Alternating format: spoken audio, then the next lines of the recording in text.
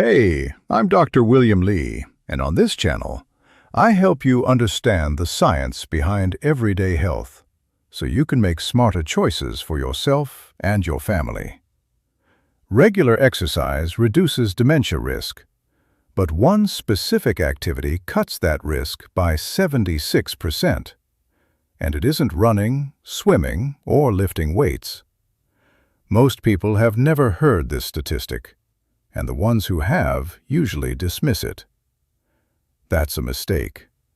I'm going to explain exactly why, from the neuroscience down to the biochemistry. And by the end of this video, you will understand more about what's happening inside your brain and your joints than most primary care doctors take time to tell you. We are working toward 200,000 subscribers on this channel. If you're not subscribed yet, do it right now, because what I'm about to tell you isn't something the healthcare system wants you to hear. A system that gets paid when you're sick, not when you're well. Like and subscribe. Let's go. The activity is dancing. And before you roll your eyes and click away, stay with me for 60 seconds. Because I am going to explain this the way I'd explain it sitting across from you in my exam room.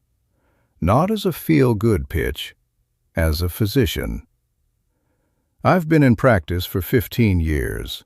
I see patients every single day who are on 3, 4, 5 medications for conditions that are, at least in part, the result of the same problem. Their bodies stop doing anything new. They drive the same route to work. They sit in the same chair. They walk, maybe. And their brains? Their brains are running on autopilot, replaying the same motor patterns they've had since their 20s. No novelty, no challenge, no new signals. There is a clinical term for this: motor monotony. It means your nervous system stops receiving new inputs. Your neural connections, the pathways neurons use to communicate, stop being reinforced. And here is the fundamental truth of neuroscience that most people haven't been told. The brain is not a warehouse with a fixed capacity. It is living tissue. It either grows or it atrophies. Use it with novelty and complexity, and it builds new connections. Let it run on repeat for years, and those connections thin out, weaken, and eventually fail. Now here is where the dancing data comes in. A study cited by Dr. Trisha Pagaricha at Harvard Medical School looked at how different activities affected dementia risk. Reading reduced dementia risk by 35%. Crossword puzzles reduced it by 47%. Regular aerobic exercise, walking, swimming, cycling, had almost no measurable effect on cognitive outcomes. Almost none. And that surprised a lot of people, including a lot of doctors. But when you understand the mechanism, it makes complete sense. Walking on a treadmill doesn't require your brain to learn anything. Your body moves. Your brain is essentially idle. It's the cognitive load that matters. The learning, the coordination, the real-time adaptation. Dancing reduced dementia risk by 76%. That is more than twice the benefit of crossword puzzles. And it is not a small study. These are findings that deserve to be in every conversation a doctor has with a patient over 50. And in 2026, researchers at Kyoto University in Japan published findings confirming something that matters enormously in clinical practice. They found that dancing is especially beneficial for people who are already noticing memory slippage. Names they can't retrieve, words that won't come, tasks they keep forgetting, but whose formal cognitive testing still comes back normal. That window has a clinical name: subjective cognitive decline. It's the transitional zone between normal aging and early dementia. It's the moment when intervention actually works, before damage becomes entrenched. Dancing during this period functions as a genuine preventive intervention. The disease hasn't taken hold yet.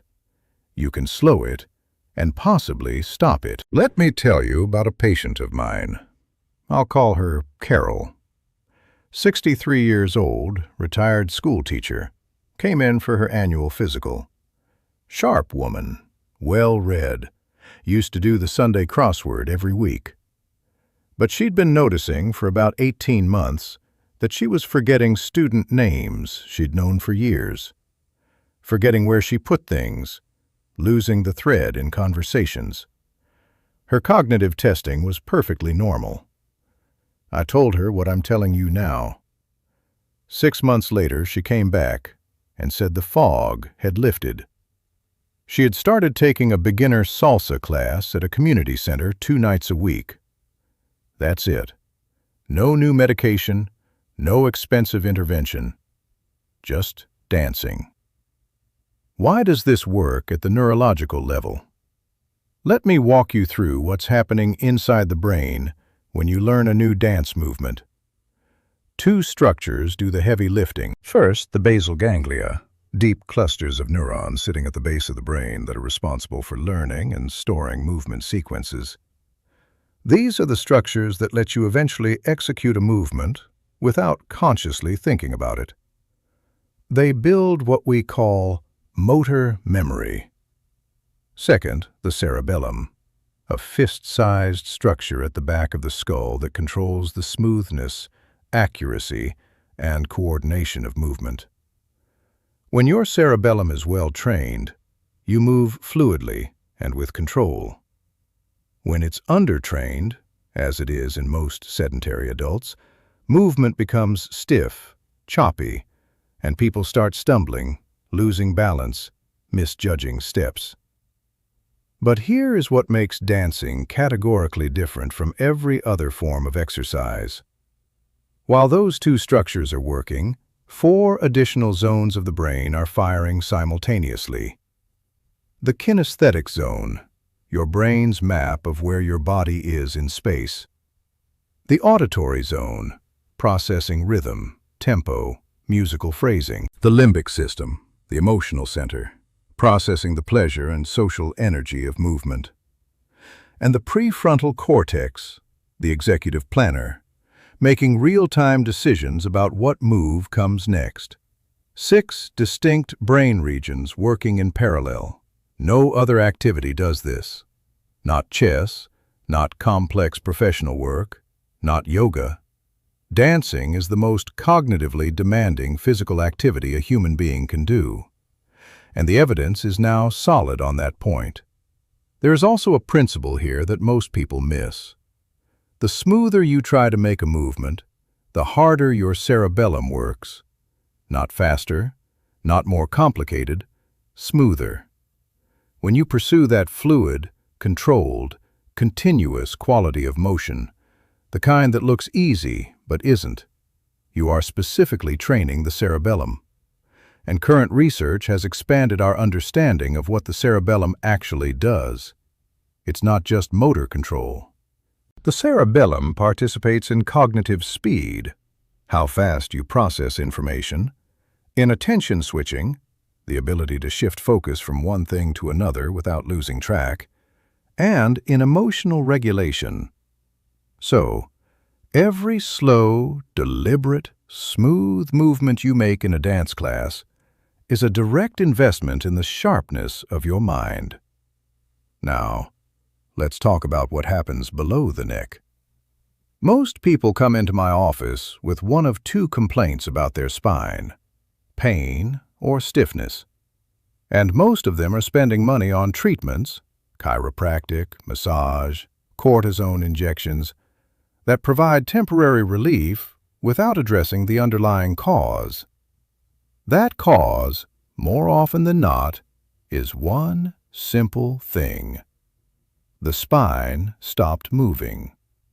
Your intervertebral discs, the cartilage pads that sit between each vertebra and act as shock absorbers, have no blood supply of their own. None. They get their nutrition entirely through diffusion. Here's how that works. When the disc is compressed by movement, it pushes fluid out.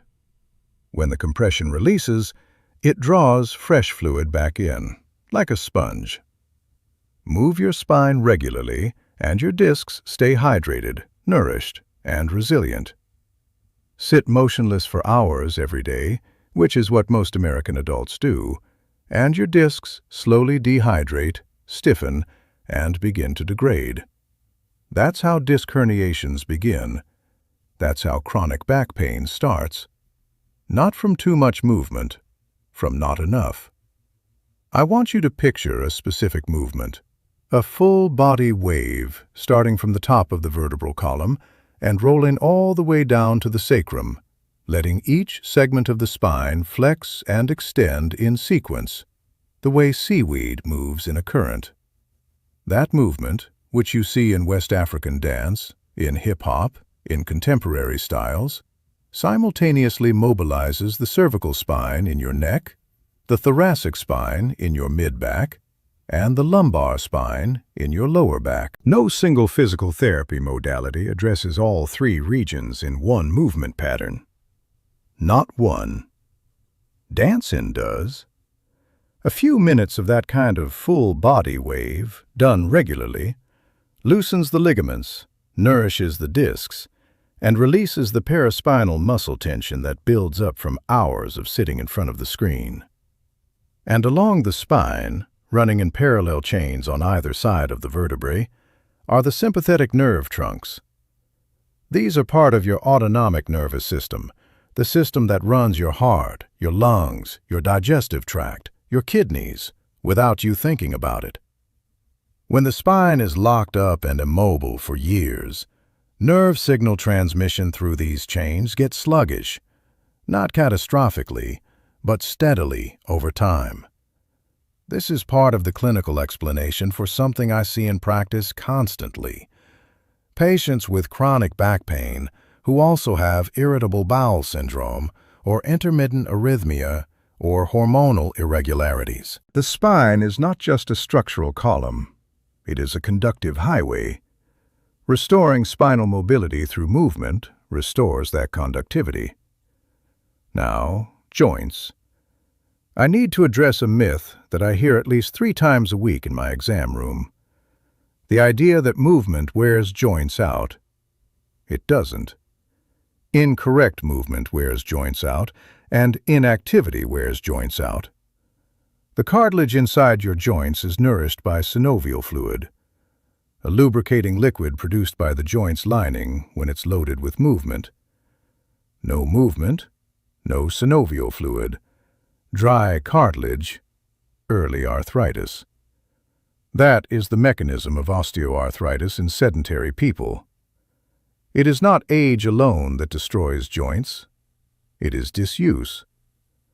There's a movement you see in virtually every dance tradition that has roots in Latin America, the Caribbean, or West Africa. A soft, bouncing quality in the knees. The knees never lock straight. They absorb each step with a gentle yield. Biochemically, this is close to ideal for long-term knee health. When you walk or stand with rigid, locked knees, every footfall sends an impact force directly into the articular cartilage. Repeated thousands of times a day, that wears the cartilage down. When the knee bends slightly to absorb impact, the force is transferred to the large muscles of the thigh and calf. The cartilage is spared. This is the difference between a joint that holds up for 90 years and one that's replaced at 65. It's also the principle behind why we tell post-surgical patients to avoid high-impact activity. The bounce in dance is not aesthetic flair. It is joint preservation mechanics. I also want to address the shoulder specifically, because shoulder pathology is epidemic in American adults. The shoulder is the most mobile joint in the entire body. It can rotate in 360 degrees across multiple planes. That mobility is its greatest asset and its greatest vulnerability. When you sit at a desk with your shoulders elevated and locked for 8 to 10 hours a day, and most of my patients do, the joint capsule begins to contract. The tissue thickens and tightens. The clinical term for the end stage of this process is adhesive capsulitis, commonly called frozen shoulder. The person literally cannot lift their arm above chest height. It is painful. It is debilitating. Physical therapy takes months. The primary prevention is simple. Move your shoulders through their full range regularly. The isolated shoulder rolls and shimmies you find in African and Caribbean dance traditions do exactly that. They are essentially preventive physical therapy wrapped in rhythm. Let's talk about the hip and pelvis. Hip rotation, the movement that looks expressive and sensual in salsa, reggaeton, or West African styles, is from a clinical standpoint a therapeutic intervention for some of the most common musculoskeletal complaints I see. The iliopsoas muscle. It runs from your lumbar vertebrae through the pelvis and attaches to the femur, is chronically shortened and spasmed in virtually every adult who sits for a living. When the iliopsoas is in chronic spasm, it pulls the lumbar spine forward and down, creating a constant low-grade compressive stress on the lower back. My patient James, 57, accountant, had been living with persistent lower back pain for 6 years, had 2 rounds of physical therapy, saw a chiropractor for a year, walked into my office. I asked him one question. When did you last rotate your hips freely? He looked at me like I was speaking a different language. Hip spasm doesn't stop at the lower back. The pelvic floor muscles, the hammock of muscle tissue at the base of the pelvis that supports the bladder, bowel, and reproductive organs, are intimately connected to the iliopsoas and the internal hip rotators. When the whole pelvic complex is chronically tense and immobile, the downstream effects are wide. Bladder urgency and frequency, constipation, in women, painful menstruation, in men, chronic pelvic pain that often gets misdiagnosed as prostatitis, when in reality it's myofascial pelvic syndrome, meaning muscle tension, not infection or inflammation. Regular hip rotation mobilizes all of these structures, gradually, gently, without surgery, without injections, without prescriptions. One more practical point about hip rotation. When you first try it, one side will be freer than the other. That asymmetry is not random. It reflects years of accumulated structural imbalance. One-sided sitting posture, a past ankle sprain that changed your gait, mild scoliosis, habitual weight-bearing on one leg. The tight side is the clinically relevant side. That's where the restriction lives, and that is the side you need to work. Not to the point of pain, but consistently, persistently, in the direction that feels blocked. That is the actual rehabilitation. Now, the cardiovascular system. A study published in PLOS One by researchers at Northeastern University found that free-form dance movement, not choreographed, not structured, just moving your body expressively to music, meets the American Heart Association's guidelines for cardiovascular health.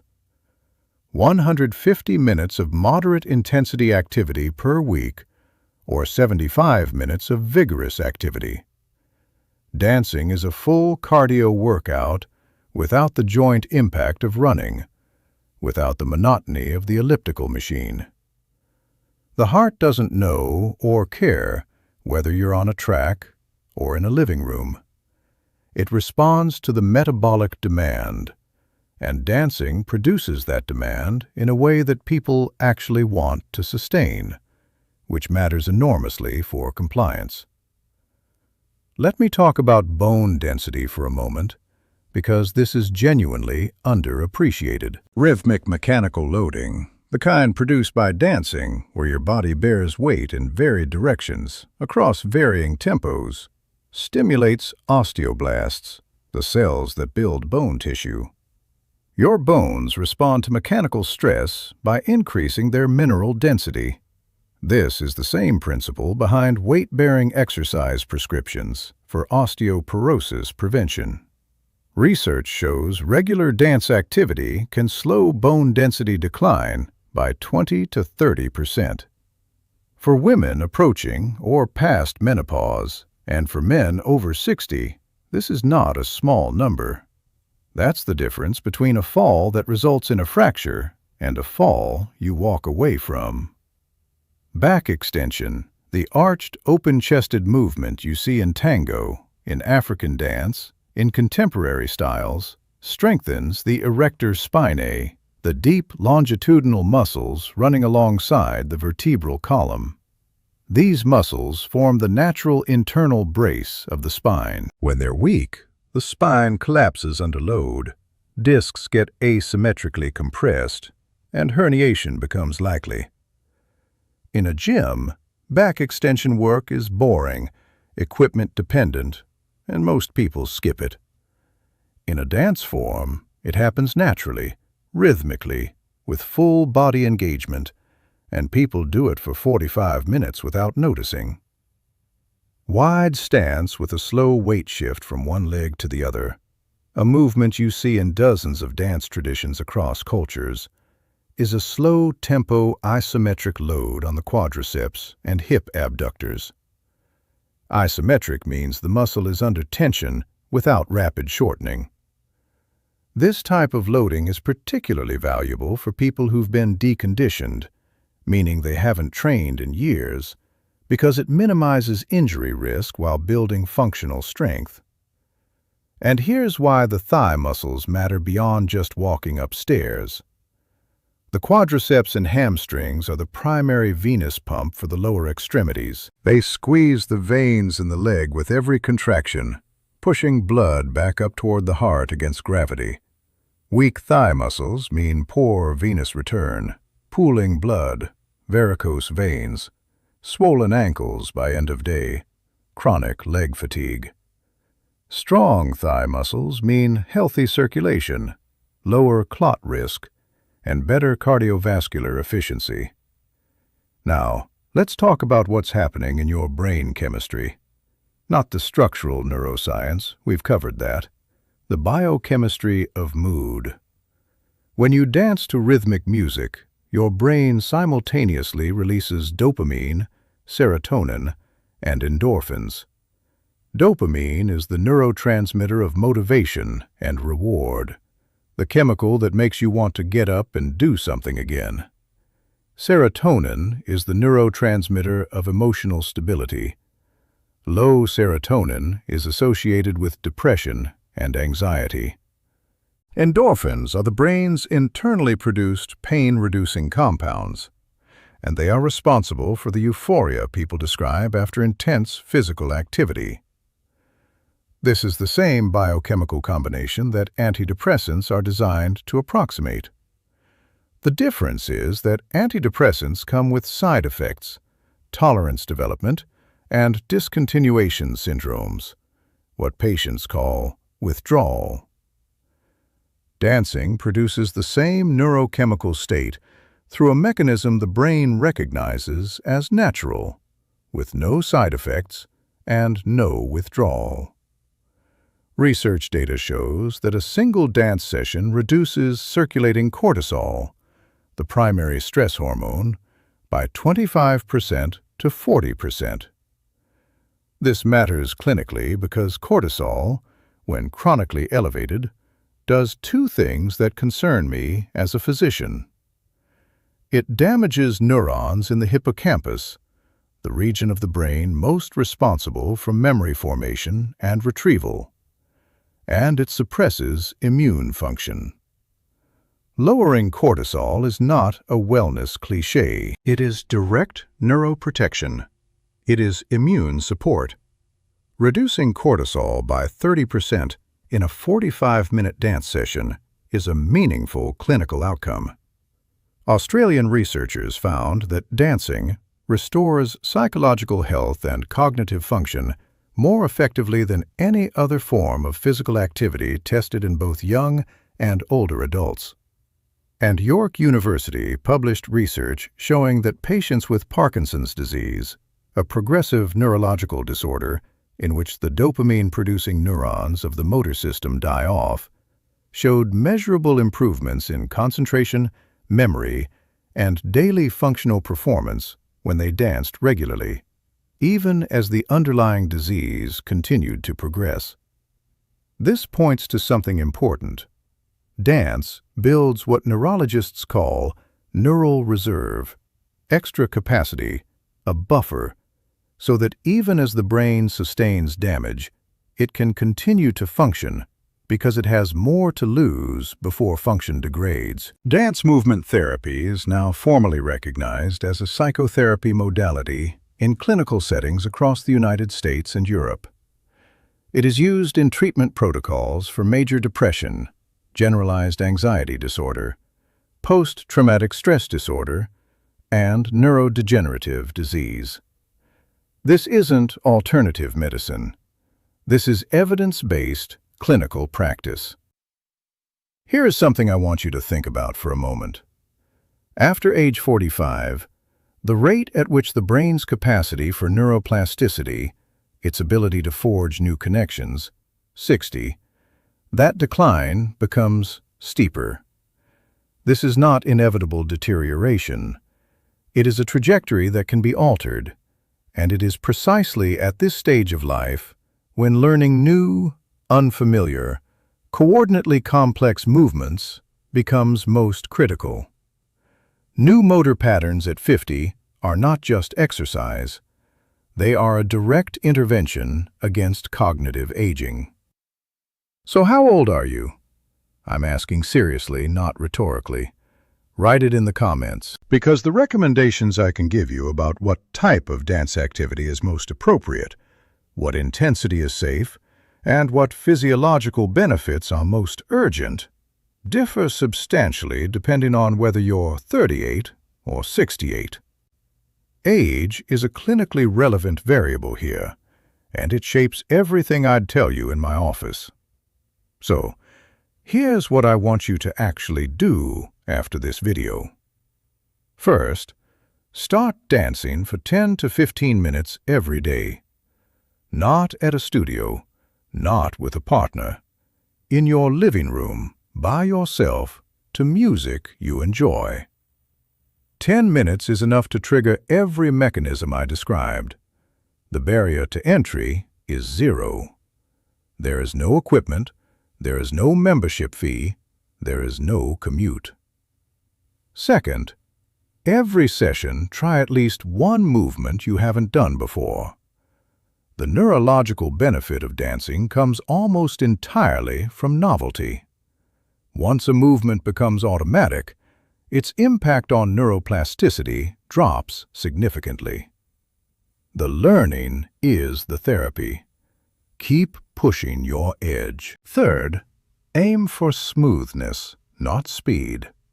Slow, controlled, fluid movement is harder than it looks. It demands more from your cerebellum, activates more deep stabilizer muscles, and provides more genuine neuromuscular training than fast, imprecise movement. When you move slowly, there is no momentum to help you. Every inch of that motion is pure muscle work.